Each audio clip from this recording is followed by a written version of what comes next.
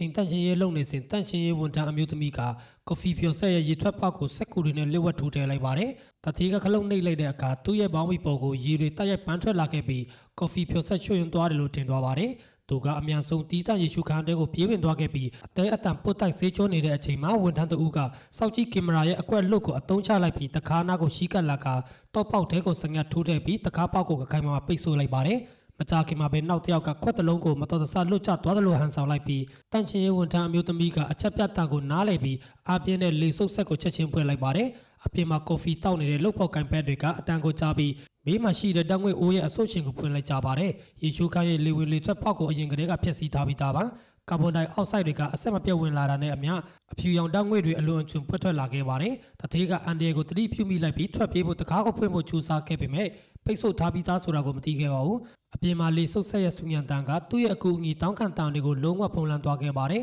။မိနစ်အနည်းငယ်ကြာမှတတိကအားအင်ကုန်ခန်းလာခဲ့ပြီးမြေပြင်ပေါ်ကိုလဲကျသွားခဲ့ပါတယ်။ဒီလိုနဲ့ဝန်ထမ်းတွေရဲ့ပူပေါင်းကြိုးပမ်းမှုနဲ့တတိကိုပါအစအနမှမကြအောင်ချင်းထုတ်နိုင်လိုက်ပါတယ်။စောက်ကြည့်ကင်မရာမှတ်တမ်းတွေမှာဘာထူးခြားမှုမှမတွေ့ရပဲတရားရေးဆေးပညာရှင်ကတော့ကာဗွန်မိုနောက်ဆိုက်ကြောင့်ဖြစ်တဲ့မတော်တဆမှုလို့ဆုံးဖြတ်ခဲ့ပါတယ်။ဒါပေမဲ့ရဲအရာရှိချန်ကတခါလက်ခိုင်အတွင်းမှာရှိတဲ့ခြေရာတွေကိုတတိထားမိပါတယ်။ဒါကတေဆုံးသူဟာထွက်ပြေးဖို့အသေးအတန်ကြိုးစားခဲ့တယ်ဆိုတာကိုဖော်ပြနေခဲ့တာပါ။မတော်တဆလဲကျသွားတာဆိုရင်တခါဖွင့်ဖို့ဘယ်လိုထားနိုင်မှာလဲ။နောက်ပြီးချမ်းပြင်ကလည်းမချော်တဲ့အတွက်ချန်ကဒါဟာမတော်တဆမှုမဟုတ်ပဲကိစ္စဆိုင်စီစဉ်ထားတဲ့လူတမှုလို့တန်တရားဝင်လာပါတယ်။ဒါကြောင့်သူကဝန်ထမ်းအားလုံးရဲ့ဖုန်းတွေကိုသိမ်းယူဖို့အမိန့်ပေးလိုက်ပြီးသူတို့ရဲ့မကြာသေးမီကလှုပ်ရှားမှုတွေကိုကိစ္စဆိုင်စစ်ဆေးကအံ့အားသင့်စရာတွေးရှိချက်တစ်ခုကိုတွေးရှိခဲ့ပါတယ်။ဝန်ထမ်းအားလုံးဟာတူညီတဲ့စေခန်းတစ်ခုကိုတွားရောက်ခဲ့ကြတာပါ။ဒါဟာတိုက်ဆိုင်မှုတစ်သက်ပဲဖြစ်နိုင်ပါမလား။ရဲအရာရှိချန်ကဒီအမှုကိုစုံစမ်းဖို့အတွက်ချက်ချင်းပဲစေခန်းကိုကာမောင်းသွားခဲ့ပါတယ်။မင်းများစုံစမ်းပြီးတဲ့အခါသူဟာတုံလုံးစရာကောင်းတဲ့အဖြစ်အပျက်တစ်ခုကိုတီးလိုက်ရတာပါ။အရာအားလုံးရဲ့အစကတော့ခေါင်းကိုက်တာနဲ့အိမ်မပြောတာကိုမကြာခဏခံစားရတယ်လို့တိုင်ကြားပြီးစေခန်းလာပြတဲ့လူငယ်နှစ်ယောက်ကနေစတင်ခဲ့တာပါ။သွေးနမူနာကိုစစ်ဆေးကြည့်တဲ့အခါမှာလူနှစ်ယောက်စလုံးရဲ့သွေးထဲမှာ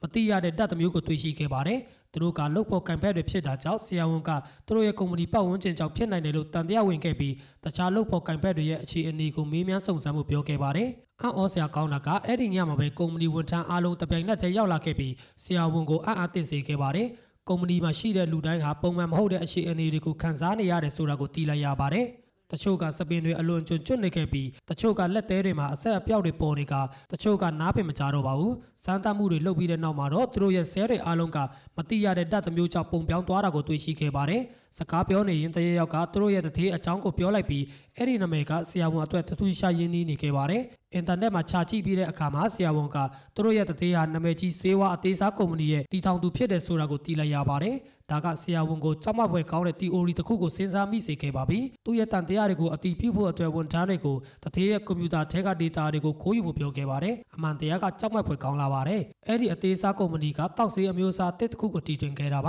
တည်ထွင်မှုကိုအချိန်မြင့်ဖို့အတွက်တတိကဝန်ထမ်းတွေကိုစုဆောင်းပြီး IT ကုမ္ပဏီတစ်ခုကိုတည်ထောင်ခဲ့ပါတယ်ပြီးတော့တောက်ဆေးကိုရေစက်တွေတဲကိုထည့်ပြီးမတိချတဲ့ဝန်ထမ်းတွေကိုတိုက်ခဲ့ပါတယ်သူကအချိန်မှဆက်ကိုလည်း DNA ထုတ်ယူတဲ့ဆက်အဖြစ်ပြောင်းလဲပြီးဝန်ထမ်းတွေရဲ့ရုပ်ပိုင်းဆိုင်ရာအပြောင်းအလဲတွေကိုအချိန်နဲ့တပြေးညီစောင့်ကြည့်ခဲ့ကဆေးရဲ့ဘေးထွက်ဆိုးကျိုးတွေနဲ့ပတ်သက်တဲ့ data တွေကိုရယူခဲ့ပါတယ်ဒီတာတွေရပြီးတဲ့အခါမှာတတိကအချိန်မှဆက်နဲ့ရေအားလုံးကိုချက်ချင်းပြောင်းလဲလိုက်ပြီးတက်သေးတွေကိုဖျောက်ဖျက်ခဲ့ပါတယ်အမှန်တရားကိုသိသွားတဲ့အခါဝန်ထမ်းတွေကစိတ်ပြတ်အားငယ်သွားခဲ့ကြပါပြီသူတို့ဟာတက်ခွဲခန်းတက်ကကြွက်တယ်လို့အတုံးချခံနေရတယ်ဆိုတာကိုမသိပဲနေ့တိုင်းစူးစမ်းပြီးအလုပ်လုပ်နေခဲ့ကြတာပါသူတို့ကိုပို့ပြီးစိတ်ထိခိုက်စေခဲ့တာကတောက်ဆေးဟာအစိတ်အတောက်ပြင်းထန်တဲ့အတွက်ပျက်စီးသွားတဲ့အရာတွေကိုပြန်ပြင်လို့မရတော့ပါဘူးအိမ်မပြောတာစပင်ကျွတ်တာကလေးမရနိုင်တာတွေကသူတို့ရဲ့တသက်တာလုံးကိုလိုက်ပါသွားတော့မှာပါဆရာဝန်ကလည်းဘာမှမတတ်နိုင်ပဲတရားဥပဒေအရအကူအညီတောင်းဖို့ပဲအကြံပေးနိုင်ခဲ့ပါတယ်။ဒါပေမဲ့ဝန်ထမ်းတွေကဥပဒေဟာစီရင်သားဘက်ကိုရရှာပါပါရက်တည်တယ်ဆိုတာကိုသိကြပါတယ်။ဒါကြောင့်သူတို့ဟာကိုယ့်ကိစ္စကိုကိုယ်တိုင်ဖြေရှင်းဖို့ဆုံးဖြတ်ခဲ့ကြပြီးအစပိုင်းမှာဖော်ပြခဲ့တဲ့မြင်ကွင်းကိုဖြစ်ပေါ်စေခဲ့ပါတယ်။အမှန်တရားကရဲအရာရှိချန်ကိုအလွန်အမင်းစိတ်အနှောက်အယှက်ဖြစ်စေခဲ့ပါပြီ။ဒီဝန်ထမ်းတွေကိုနောက်တစ်ချိန်ပြန်တွေ့တဲ့အခါသူ့ရဲ့အပြုအမူတွေ